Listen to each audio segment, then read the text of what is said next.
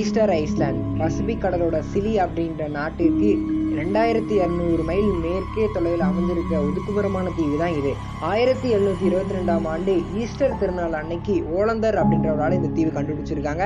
அதனாலதான் இந்த தீவுக்கு ஈஸ்டர் தீவுன்னு பேர் வச்சிருக்காங்க. இந்த தீவுல மொத்தம் 887 மனித உருவச்சிலைகள் இருக்கிறதா சொல்றாங்க. கிபி 400ஆம் ஆண்டுல பாலினேஷியாவை சேர்ந்த மாலுமிகள் கடல்ல அதிக அலைகள் சீற்றங்கள் காரணமா ஒரு ஓரமா ஒரு தீவுல போய் சேர்க்காங்க. அதுக்கப்புறம் அங்க தப்பிக்க முடியல. அதுதான் இந்த ஈஸ்டர் தீவு. ஈஸ்டர் தீவுல மனித சிலைகள் எல்லாமே காதுகள் பெருசா இருக்கிற மாதிரி அமைச்சிருக்காங்க.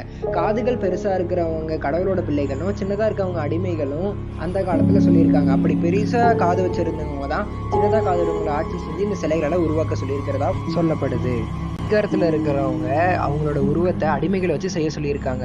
இங்க கையில ஒரு புட்டு தான் பயன்படுத்தியிருக்காங்க. 150 அடிமைகளோட உதவியால இதை கட்டப்பட்டிருக்காங்க. இந்த சிலையை செஞ்சு கொண்டு வரதுக்கு 1 மாசம் ஆயிருந்தாவும் சொல்றாங்க.